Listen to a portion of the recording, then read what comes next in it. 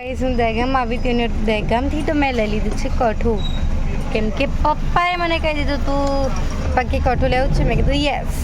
પછી મેં કઠું લઈ લીધું ને હવે જઈ રહ્યા છે શાકભાજી લેવા માટે. તો શાકભાજી લઈને પછી ઘરે જઈએ અને ઘરે જઈને બતાવું કે આજનો દિવસ કેવો જાય છે, ક્યાં જવાનું છે મને કશું જ આઈડિયા નથી, કેમ કે કાલે બી અમે નહોતા ગયા. આજે તો ખબર નહીં ક્યાં જવાનું છે ક્યાં નહીં જવાનું. ચલો ફટાફટ શાકભાજી લઈને ઘરે જઈએ.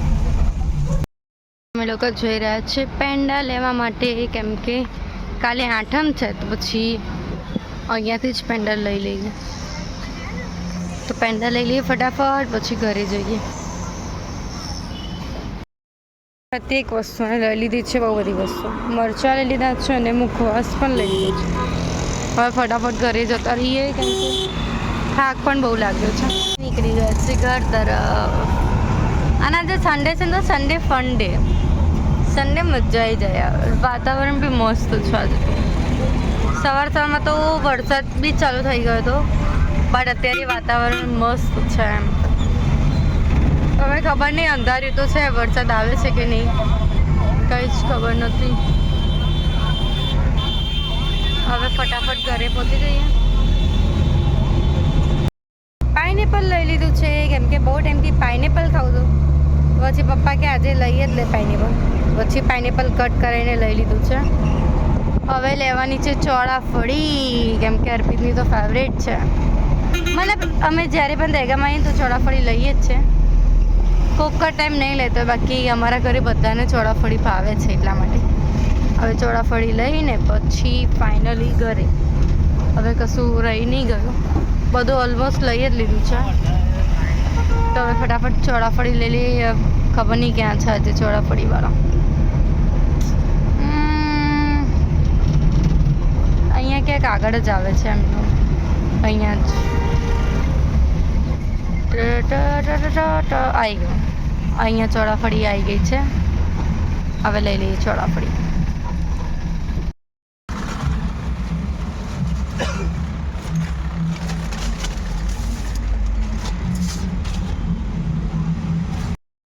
તો અહીંયા મસ્ત મજાની ચોળાફળી રેડી થઈ ગઈ છે. જે પણ દહેગામાં આવે આમની ચોળાફળી એકવાર જરૂરથી ટ્રાય કરજો. શું કહેવું છે તમારું?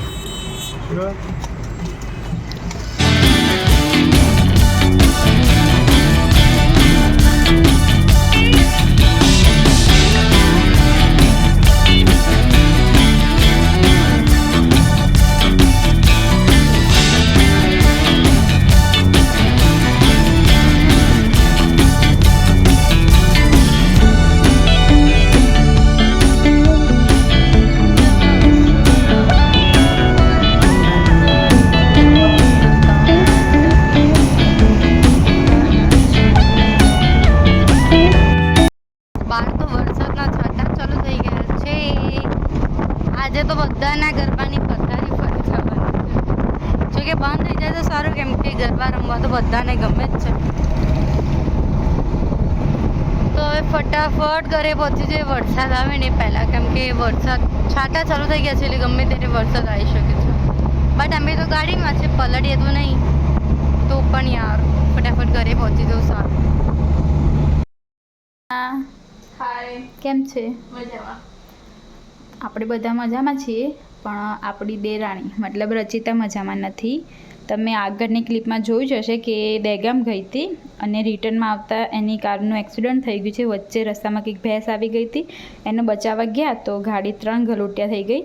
એમાં રચિતાના સસરાને કશું જ નથી થયું, પણ એના પગમાં થોડું ક્રેક થઈ ગયું છે અને એને માથામાં થોડું વાગ્યું છે. પણ માતાજીની દયાથી બધા જ રિપોર્ટ નોર્મલ આવ્યા છે. પણ એને કંઈક 1-1.5 મહિનો રેસ્ટ, ફૂલ બેડ રેસ્ટ, કેમ કે એને પગમાં ક્રેક થઈ ગઈ છે એટલા માટે. ડોક્ટરે પગ હલાવવાનો દીઠે ના પાડી છે અને આમાં છે ને હલાવ ચાલતું છે, એટલે અમે છે ને આજની રાત આખી નિરાળી રાખવાની છે કે સેજ પગ હલાવે નહીં.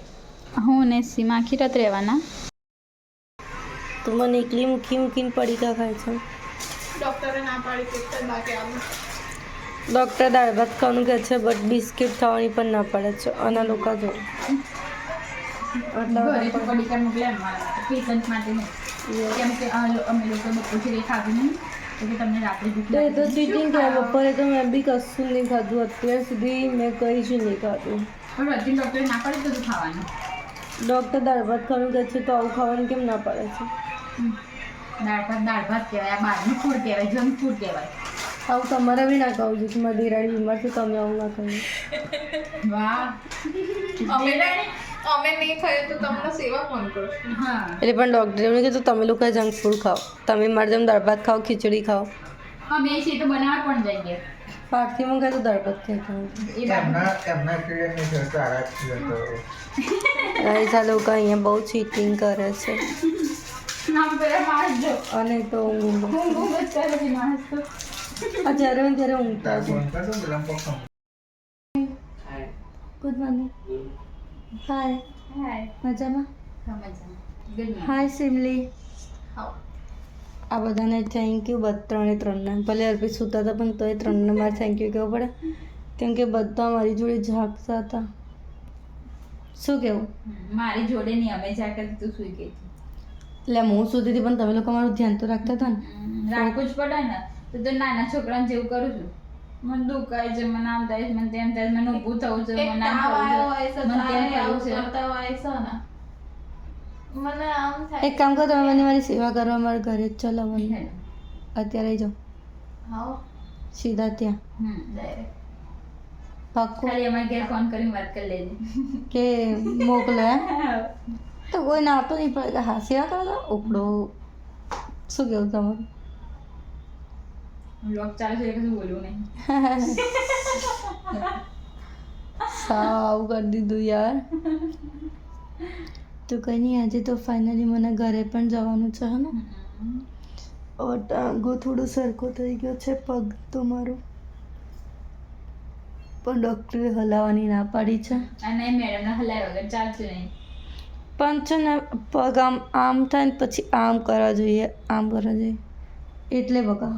પણ ડૉક્ટરે કીધું તું પગ હલાય કરીશ ને તો ઓપરેશન કરવું પડશે, એના કરતાં આટલામાં પતી જાય છે તો સારું. તો એ મહિનો તો સાચા મહિના સુધી પગ તો હવે સીધો જ રાખવાનો તે તો રાખવું જ પડે ને. ઓપરેશનમાં 3 મહિના કીધા છે. મહિનો સાચવવું છે 3 મહિના. અને ઓપરેશનમાં પ્લાસ્ટરનો પાટો આવશે, પ્લેટ આવશે, બધું આવશે. એટલે મને બધું ગણતરી કરીને બેઠે. અને આમાં ખાલી ઓલો સાદો પાટો આવશે અત્યારે. યસ સાદો પાટો આવશે. મતલબ સાદો મતલબ આવો નોર્મલ. આવો બાંધશે હજી આવો તો બાંધવાનું છે ડેલી. એની ઉપર હવે કઈ નહીં બાંધવાનું. કશું જ નહીં. આ ખોલી શકાય પણ પેલું પ્લાસ્ટરનો ખોલી ના શકાય. તો આજે ફાઇનલી ઘરે. તો ગાઈસ બન્યા રહેજો, સ્ટે ટ્યુન. તો ગાઈસ હું દવાખાનેથી આવી ગઈ હતી મારા ઘરે અને ઘરે આવીને તો હું ફૂલ બેડ રેસ્ટ કરું છું કેમ કે બહુ જ ડૉક્ટરે કીધું છે પગમાં પેઇન ને એવું છે ને તો તમારે બેડ રેસ્ટ કરવાનું છે 1 month. તો પછી હું બેડ રેસ્ટ કરી રહી છું પણ મેં કીધું હું વ્લોગ બંધ નહીં કરું, નહીં તો પછી બધા એવું કહેશે કે રચિતા દીદીએ વ્લોગ બંધ કરી દીધું છે. એટલે હું વ્લોગ બંધ નહીં કરું બટ હમણાં વ્લોગ નહીં આવે મારા. હમણાં 5-6 દિવસ પછી મારા વ્લોગ આવશે, ત્યાં સુધી હું વ્લોગને સ્ટોપ કરી દેવાની છું. તો બસ ગાઈસ આજના વ્લોગમાં આટલું હતું. વ્લોગ સારો લાગ્યો હોય તો લાઈક, કમેન્ટ અને શેર કરજો. ચેનલમાં નવા હોય તો જલ્દીથી સબસ્ક્રાઈબ કરી દો. મળી એક મસ્ત મજાના વ્લોગની સાથે. ત્યાં સુધી જય શ્રી કૃષ્ણ. હર હર મહાદેવ.